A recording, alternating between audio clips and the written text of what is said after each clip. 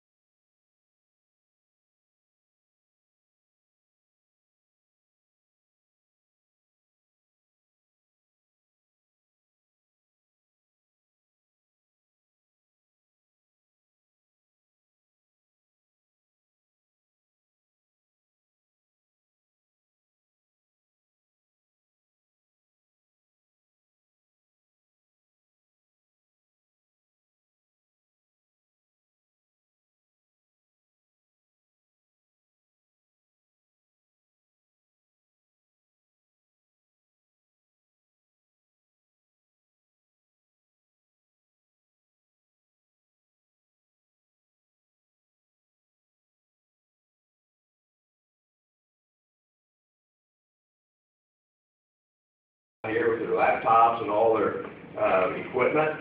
Their cameras and all are in the back here. We're wired here so they can broadcast live from here, television or radio, and they frequently do that. Of course, people giving the presentations are up here at the podium. Now, this room is named in honor of Chris Economaki, and we have a plaque over there to that effect. Chris has been just about everything in racing. He's been a publisher, he's been a promoter, he's been a car. He's done just about everything in racing for many, many years, so we named this room in his honor. Chris used to come here all the time. He doesn't come here as much now because he's quite elderly. But when Chris came here, he did things a little differently. He sat over there in the corner, and right here in the front row, and participated in all the interviews. But everyone here had their electronics and their laptops except Chris. Chris had his Royal typewriter. That's the way he took his notes, and that's just the way he did things. Anyway, this is also a great place to see our new logo here. It's very, very similar to what we've always had. We've had a wing and wheel, what we call this, from the very beginning. Even in 1909, we had that kind of configuration. But we've modernized it a little bit from what it has been before, updated it some, and so that's our new logo that we have now, starting late last year. So might keep that in mind. And you see, you can see the logo back here on our backdrop in this checkerboard pattern. But then amongst those, you see these other blocks.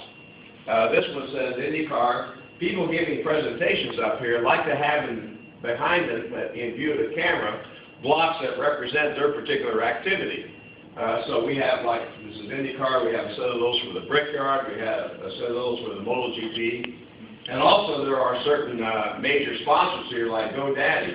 We have blocks for them too, and Gene can show you what one of them looks like. There you go, that's kind of for the MotoGP. So we can provide that for the people making presentations here if they like, and they do like to have their own activities promoted in the camera in addition to the Speedway logos. Okay. Well, a typical way this room is used, as an example. I don't know where, but he Elevator. and they sold all his cars. He sold all his cars. Oh. So the Speedway bought them. Okay, we're going up on the 4th floor, and that room holds 350 newsmen during an event. And that's the 4th floor. The 3rd floor is the cafeteria where the Speedway feeds them all for free. Yeah, they treat the newsmen very well. Yeah. And go to your right.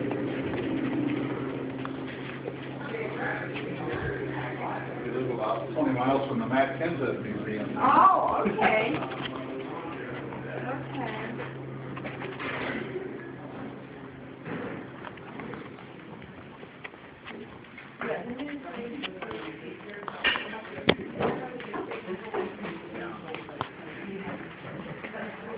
London, New York, Tokyo. Nice view. During the race. Yes. And well, they go and look to see it, but most of the time they're so busy that you're not working. You're having a good time on race day. Okay. And if there's other reviews, then they've been here many times, and they've seen. We got everybody? I think so. Okay, grab a seat here. We'll talk about this room a little bit. This is the primary media workroom here in our media center. There's room for 350 working reporters here at any one time. We have another room down on the 2nd floor that has room for 150 more. So we can accommodate 500 here at one time here at Speedway.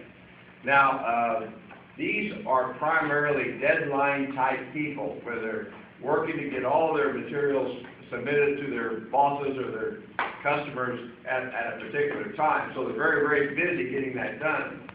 They don't even have time to look out the window at the cars when we buy. They're so busy. They don't have time to run around the track getting information. So we present everything to them that they need for their articles on these overhead monitors in here. About 130 in this room, and they bring them track action, interviews, news, weather, whatever it is they can use in their articles. That's brought to them on these overhead monitors here. So they can sit right here at their workstation and have everything they need, all the information they need for their work. Now, these are international events here.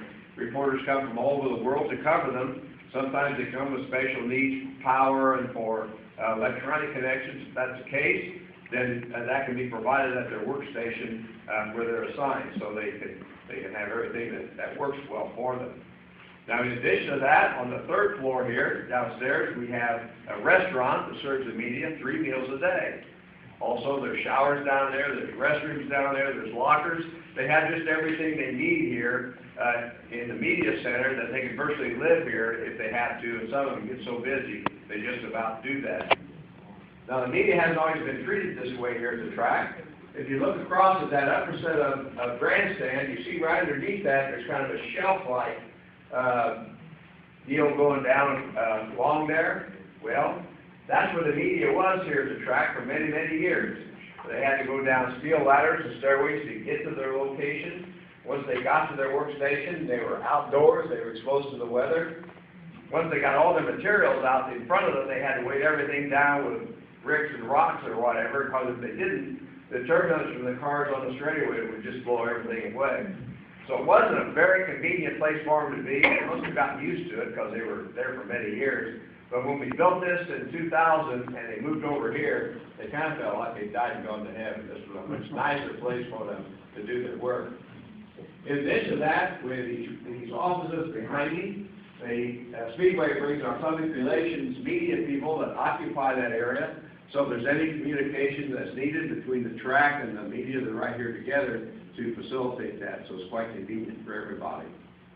You can see up over here on the wall 5 clocks that tell time, pretty much a number of major cities around the world. As I say, these are international events. Now, one thing you will see over there is a clock labeled Indianapolis. The second clock from the right, which is local time, is labeled Speedway. Well, some of you may have thought you were in Indianapolis. You're not. You really aren't. You're in Speedway, Indiana. The track and the communities all around us here are our own little city. We have our own police, our own fire protection, our own administration. We have our own schools. In fact, the local high school has a nickname. You know what it is? Spark Plug. They're from here. So the Speedway Spark Plug. So we just go all out with that. So this is our media center. How big is that area that you're constituting? There's about 12,000, I think, in Speedway. How big of an area?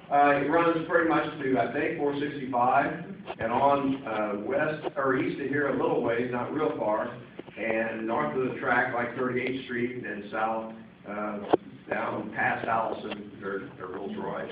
Yeah, so it's right here. Yeah, it started in 1926 by Carl Fisher and a group that kind of give a tourist destination around the track, which during that day was out here in the country. They tried to create a little bit of a town here, and they did it then. Okay. We do have a couple of buildings over there on top of the grandstand. You can see from here, those little white buildings. That involve the media. The one nearest this way is where the radio station still broadcasts the race from out there. You can see they have their antennas and everything mounted to it. The one down the other way that's kind of there by itself is when television first started televising our races here, their anchor people were located in that little box up there. Had to be hot on a hot day, right? Well, when we built the new tower, where we'll be in a little bit, they moved across the track to better quarters, just like the media is here. So we'll show you where they are now. Much better place. We don't use that box up there anymore. So this is our media center. Any questions? Yes. What are the three computers for? They control these overhead monitors with those. Yeah. And also they've got some more back this way that keeps track of everything, and they put. Yeah, there's people manning those. Right.